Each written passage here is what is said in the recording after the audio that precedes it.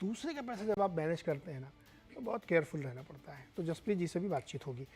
चलिए एक एक करके शुरुआत करते हैं। पहला टॉपिक सिंपली ये समझना चाहते हैं कि सुदीप सर, ये ग्लोबल रैली जो चल रही है, दुनिया के हर बाजार न्यू हाई पे खड़े हैं, क्या हो गया ऐसा? नीरज जी, दो तीन चीज मैं कहना चाहूंगा। पहली बात तो ये है कि एक बड़ा रिसेशन का उम्मीद यूएस में किया जा रहा था बहुत दिनों से। आपको याद होगा कि कोविड के टाइम से ही हम बात कर रहे थे। मार्केट में, हर मार्केट में ये चर्चा होता था कि यूएस रिसेशन में है, बहुत बड़ा रिसेशन आएगा। पर देखिए क्या हुआ। क्या यूएस में कभी रिसेशन नहीं हुआ। और जो सॉफ्ट लैंडिंग जिसकी बात की जाती थी कि बहुत डिफिकल्ट है सॉफ्ट लैंडिंग, हार्ड लैंडिंग होगा ही होगा, वो नहीं हुआ। सॉफ्ट लैंडिंग ही हुआ। उन्होंने रेट बढ़ाए बहुत सारा, और जिसका पेन थोड़ा बहुत मार्केट में देखने को एक टाइम में थोड़ा बहुत हल्का सा देखने को मिला था, पर ऐसा कुछ बहुत बड़ा असर नहीं हुआ क्योंकि लेबर मार्केट बहुत स्ट्रांग था वहां पे, हमेशा स्ट्रांग था। अब अमेजन और कुछ आईटी कंपनीज ने कुछ रिट्रेंचमेंट किए हैं, उससे ओवरऑल मार्केट में कोई फर्क नहीं पड़ा। जो आंकड़े कंटिन्यूअसली यूएस मार्केट से आते हैं लेबर के, वो स्ट्रांग है, एम्प्लॉयमेंट नंबर स्ट्रांग रहे हैं। और इकोनॉमी में रिसेशन तो दिखा ही नहीं है, अभी अच्छा ग्रोथ दिखना लग गया है। यूरोप की अगर बात करें, वहां पे भी एक भयंकर स्थिति हो गया था। एक तो कोविड, उसके बाद जब रशिया यूक्रेन का वार लग गया और गैस लेके इतना गड़बड़ हो गया, रशियन गैस पे डिपेंडेंट थे, तो बहुत बड़ा प्रॉब्लम वहां पे उम्मीद किया जा रहा था। पर वहां पे भी प्रॉब्लम हुआ जरूर, पर उतना बड़ा प्रॉब्लम नहीं हुआ जितना कि एक्सपेक्ट किया जा रहा था। तो ये मुझे लगता है कि एक बहुत बड़ा कारण है जिससे कि मार्केट में एक बॉयंसी देखने को मिल रहा है, जो कि पहले उम्मीद से बहुत ज्यादा बॉयंसी देखने को मिल रही है। दूसरी बात मैं यहाँ पे ये जरूर कहूंगा कि लिक्विडिटी बहुत है। अब देखिए, लिक्विडिटी बहुत है, इसका कारण अब वापस 2008-9 से करना चाहिए कि तब से एक क्वांटिटेटिव ईजिंग का जो माहौल दुनिया भर में रहा है, उसके चलते बहुत अच्छा खासा लिक्विडिटी मार्केट में डिफरेंट कंट्रीज के सरकारों ने पंप किया है। और उसका एक कहीं ना कहीं उसका पॉजिटिव असर, इवेंचुअली वो फाइनेंशियलाइजेशन ऑफ सेविंग हो रहा है और वो मार्केट में आ रहा है। तो ये एक दूसरी बात है। तीसरी बात है, कुछ कंट्रीज पर्टिकुलरली जैसे इंडिया की अगर बात करें, बहुत सारे स्ट्रक्चरल चेंजेस भी हुए हैं जो कि मार्केट को एक ऊपर लेवल पे ले जाने के लिए सहायता कर रहे हैं। और आपने जापान की बात की, जापान में भी बहुत सारा अच्छा स्ट्रक्चरल चेंज हुआ। और जापान में भी एक 30-35 साल एक ग्लट में रहने के बाद वहां से दे आर ब्रेकिंग आउट। इसमें एक्सेप्शन है चाइना। चाइना में अभी भी स्थिति नाजुक है। हाँ, मार्केट में थोड़ा बहुत स्पेकुलेटिव बाइंग चल रहा है, पर मैं ये नहीं मानता कि चाइना के प्रॉब्लम खत्म हो गए, चाइना में एक बहुत बड़ा बुल रन होगा। चाइना में दिक्कतें हैं, और ये चाइना की दिक्कतें अगर बहुत ज्यादा हो जाए तो शायद ग्लोबल मार्केट में भी इसका असर आएगा। तो ये एक छोटा सा चेतावनी भी मैं देना चाहूंगा कि चाइना सेकेंड लार्जेस्ट इकोनॉमी दुनिया का है, और वहां पे बहुत बड़ा प्रॉब्लम अगर हो गया तो वो सारी दुनिया को अफेक्ट करेगा। ये ध्यान में रखना चाहिए। तो सुदीप सर, ये सिर्फ पैसे की वजह से रैली है, या हर सरकारों ने, हर देश में इकॉनमी में बड़े स्ट्रक्चरल चेंजेस किए गए हैं, इसकी वजह से होप बिल्ट हो गया कि अब जैसे ना, हम लोग दादर के स्टाइल में कहते हैं कि पूरा दादर रीडेवलपमेंट चल रहा है, वहाँ पे पुराना सब टूट के नई नई बिल्डिंगें बन रही हैं, तो ज़्यादा बॉयंसी आ जाती है। उस तरह का मामला है क्या कुछ? देखिए नीरज जी, दोनों मैं जैसे कह रहा था कि हाँ। तीन चीज है। एक तो उम्मीद था कि रिसेशन, माहौल खराब होगा, वो हुआ नहीं। दूसरा, लिक्विडिटी जबरदस्त, और ये लिक्विडिटी 15 साल से मार्केट में पंप हो रहा है, मार्केट में आ रहा है, और अभी तो सारा लिक्विडिटी बरकरार है। अच्छा, तीसरा, स्ट्रक्चरल चेंजेस इंडिया में हुआ है, बहुत जबरदस्त इंडिया में हुआ है, बहुत सारे और देशों में भी हुआ है। तो ये सारा तीनों चीज का असर मार्केट में देखने को मिल रहा है। और एक आखिरी चीज, क्योंकि आप पूछ रहे हैं तो बताना चाहूंगा कि टेक्नोलॉजी जब रेवोल्यूशन लाता है तो वो एक एक एक एक जियोमेट्रिक प्रोग्रेशन में उसका ग्रोथ होता है। ये एरिथमेटिक प्रोग्रेशन में नहीं होता है। तो टेक्नोलॉजी में बहुत अच्छा चेंज आ रहा है। ये हम पहले भी देख चुके हैं। जब आप सोचेंगे, जब जब स्टीम इंजन आया था, एक रेवोल्यूशन हो गया। तो अभी भी टेक्नोलॉजी में शायद हम लोग एक रेवोल्यूशन के वर्च पे खड़े हैं। और ये जो एनवीडिया का जो एक्साइटमेंट एनवीडिया को लेके है, ये एडवांस्ड एआई एमएल इक्विप करने वाला जो चिप मैन्युफैक्चरिंग, ये एक टेक्नोलॉजिकल रेवोल्यूशन शायद ला रहा है, जो जिसके कस्प हम लोग पे है। शायद ये शुरुआत है वो रेवोल्यूशन का। तो वो शुरुआत आपने चूंकि एनवीडिया का जिक्र किया तो बता दूं, आज सुबह से हम सब लोग बहुत एक्साइटेड थे कि मतलब पूरी दुनिया के बाज़ारों में एक ही नाम चल रहा है, एनवीडिया ने ऐसा क्या कर दिया। तो एनवीडिया के जो Q4 के रिजल्ट आए थे ना, वो बहुत ही ज़बरदस्त थे, तोड़ फोड़ रिजल्ट, उसको हम लोग अपने इंडियन मार्केट लैंग्वेज में कहते हैं कि जो उम्मीद लगाई थी निवेशकों ने, इन्वेस्टर्स ने या एनालिस्ट ने, उससे भी बेटर गाइडेंस और उससे भी बेटर। अब आप इसका अंदाजा लगाइए कि मात्र 12 से 14 घंटे के अंदर उसके मार्केट कैप में एक रिलायंस जुड़ गया। 277 बिलियन डॉलर का मार्केट कैप बढ़ जाना अपने आप में बहुत बड़ी बात होती है, और वो कंपनी अब थर्ड लार्जेस्ट कंपनी बन गई है। तो इस तरीके जो अभी सुदीप सर कहते हैं, टेक्नोलॉजी में अगर कोई बड़ा बदलाव होता है तो फिर वो मल्टीपल में जियोमेट्रिक प्रोग्रेशन में चलता है।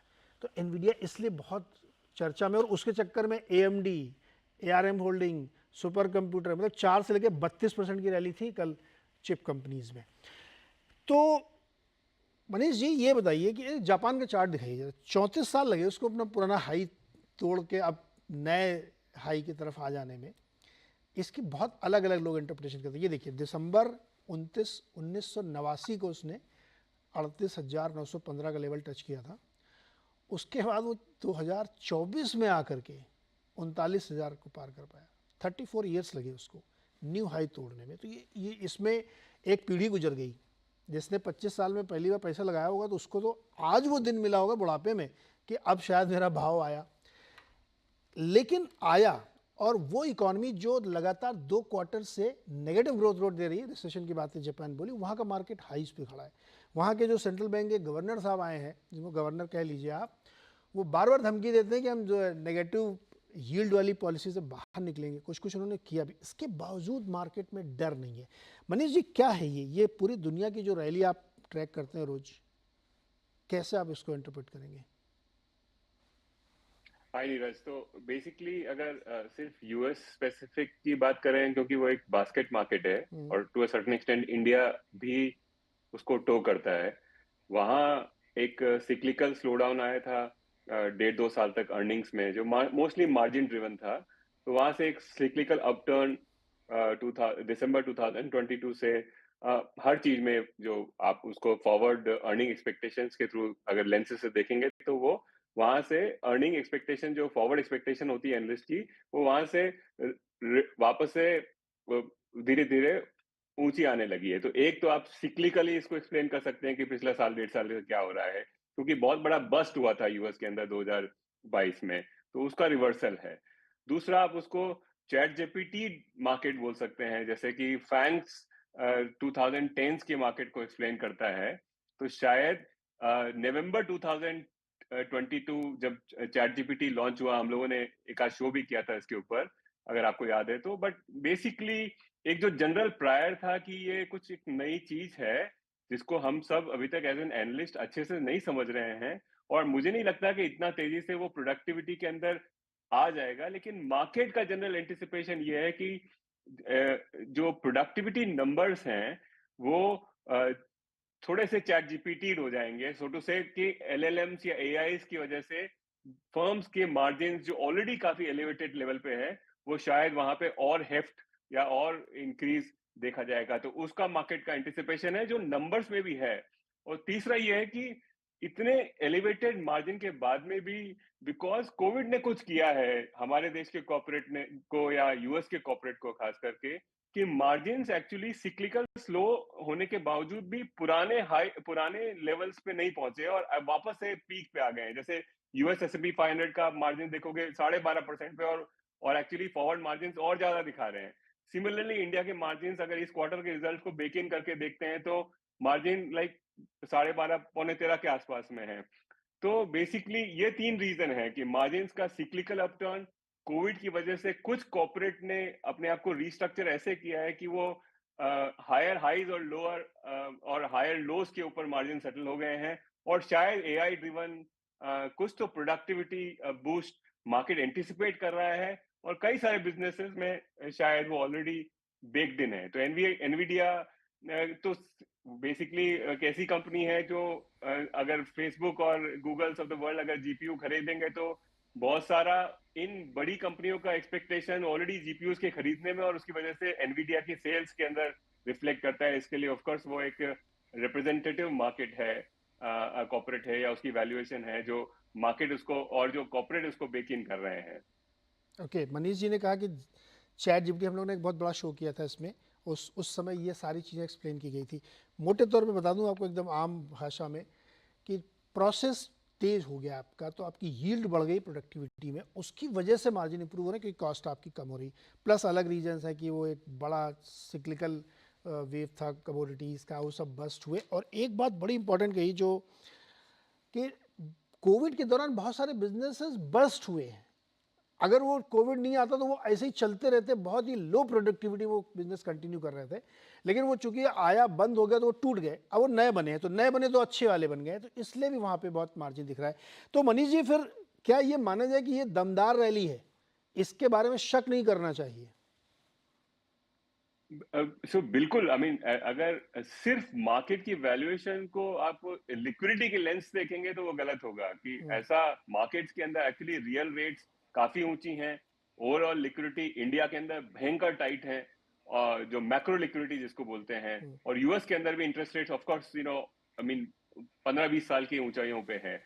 उस हिसाब से लिक्विडिटी एक्सप्लेन नहीं कर सकता है इसको। तो लिटरली जो अंडरलाइन अर्निंग मोमेंटम है, मार्जिन्स हैं, वो एक्सप्लेन कर रहे हैं जो मार्केट कर पा रहे हैं। खास करके यूएस के अंदर तो बहुत तोड़फोड़, जैसे आपने बोला कि रिजल्ट्स रहे हैं। और जिस तरह से आई मीन इतने बड़े मार्केट के अंदर इतनी बड़ी कंपनियां, उनके margins I mean almost unbelievable है कि इतना, आई मीन कैसे बड़े बड़े कॉर्पोरेट, आप जैसे बता रहे थे एनवीडिया की साइज, उस साइज के ऊपर और सारे फैंक्स कैसे इतने बड़े मार्जिन्स को डिलीवर करते हैं।